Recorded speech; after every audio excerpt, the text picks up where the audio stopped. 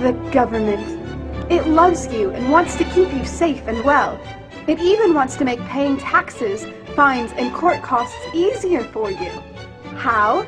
Well, you'll need to meet your straw man. He was born the same day you were. He looks like you, has the same name, and lives in your house, but you never knew he existed. You will have even paid his parking tickets or taxes. The worst part? He's been dead from day one. From every birth certificate, a legal personality, or legal fiction, is created with the same name to confuse little old you into thinking it's you. So, there's a human you and a paper you, or as it's commonly known, a straw man. So when it seems like government officials, court clerks, or the police are speaking English, they aren't. They're speaking legalese, designed to make you agree to verbal and written contracts without even knowing about it, all spun from Black's Law Dictionary. For example, when the police say, "Do you understand?" you'll say, "Yes." What they are really saying is, "Do you stand under our authority?" Oops-a-daisy, you just created a verbal contract with them. Oh, you clever government. Did you know that whenever you register something, you are handing over title to the person you register it with? That's right. Whenever you register something with the government, they assume it belongs to them. Registered your car? Super! Now you are the registered keeper of your vehicle, and the government can crush it when you don't pay your, straw man's taxes. Expecting a new bundle of joy? Well then you need to register your little darling with a birth certificate. Then they can start the process all over again and create a new straw man for your little one. Isn't that great? So when Junior grows up, he'll be able to generate revenue just like you have. When you notify on your baby by signing the birth certificate, your child becomes a ward of state, and if the government doesn't like what you're doing, they'll assume it's okay to take the child away, or make new rules for things they don't like. Not enough school? Smacking your child? Shouting too loudly? Then it's off to social services for the little one. When you get a bill, it's sent to you, but belongs to your straw man, not you. That's why bills, fines, and summons start with Mr., Mrs., or Ms. Sometimes you'll see your surname in capitals, just like on a gravestone. That's because your straw man is dead, and just a silly piece of paper, created before you could comprehend or even consent to it. When you go to court, you represent your straw man, so you, the human, take on any costs, fees, taxes, and fines involved for the straw man. The human you doesn't even need to pay them. But you made a contract with the court by appearing on behalf of your legal personality or straw man, just like the government knew you would. Confused? Well, don't worry. The government doesn't want you to know anyway. If you knew, you'd stop paying things like council tax and parking tickets. Because when you go to court, you are representing your straw man.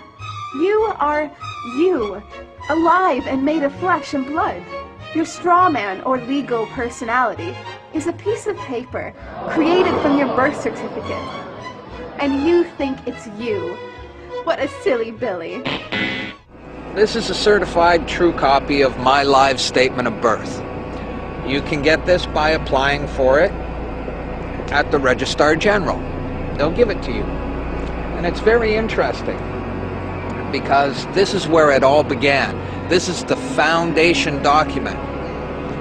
All identification is generated from this document.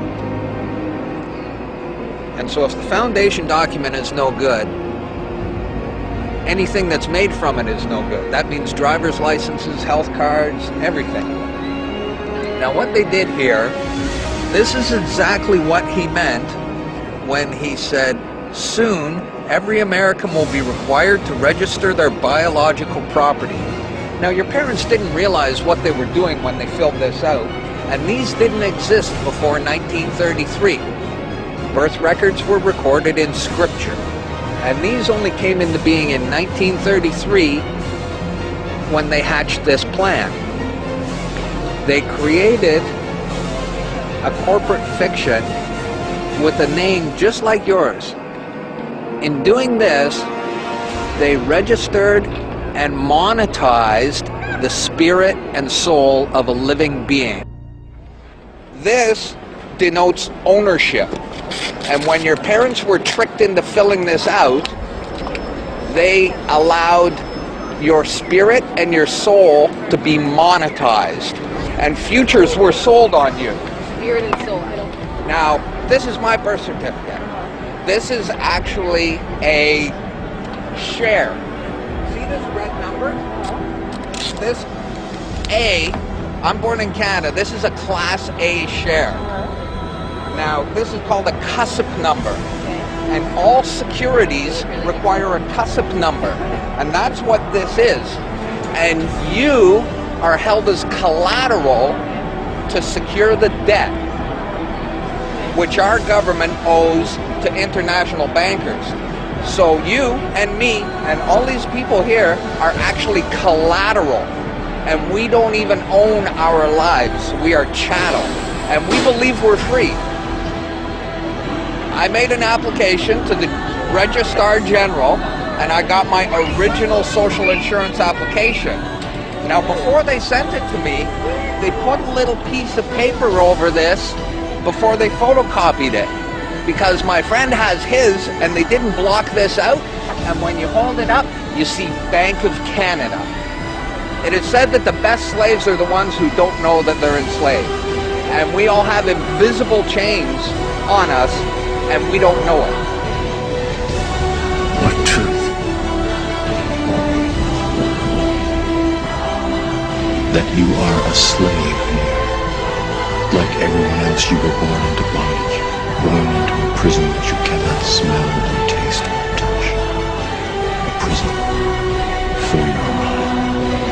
We're talking about big bucks. We're not talking about hundreds of millions or even hundreds of billions now. We're talking about trillions of dollars.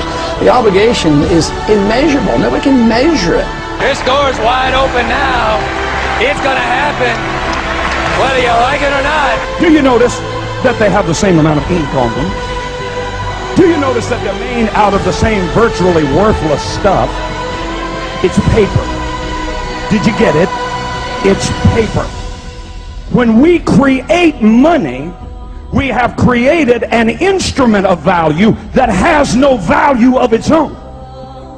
And it's just as expensive or inexpensive to print the 20 as it is to print the 1. In January of 1913, in December of 1913, he signed the Federal Reserve Act, bringing the Federal Reserve System into place in America, and did what Thomas Jefferson said must never happen. He took the control of the money away from the people by taking it away from the Congress and gave it to a group of private individuals who have to pay taxes on the money they loan the government.